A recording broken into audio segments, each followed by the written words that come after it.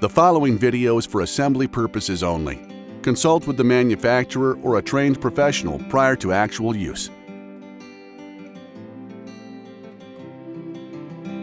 Assembly of the Prospan column begins with the staging of all necessary components. Position the column plates under the target location. Insert 3 column shoring adapters into each column plate and secure with pins.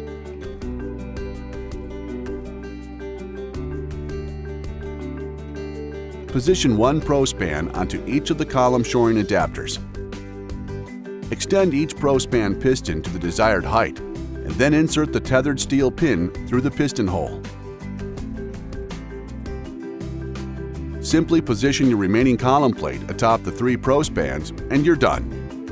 It's literally that simple.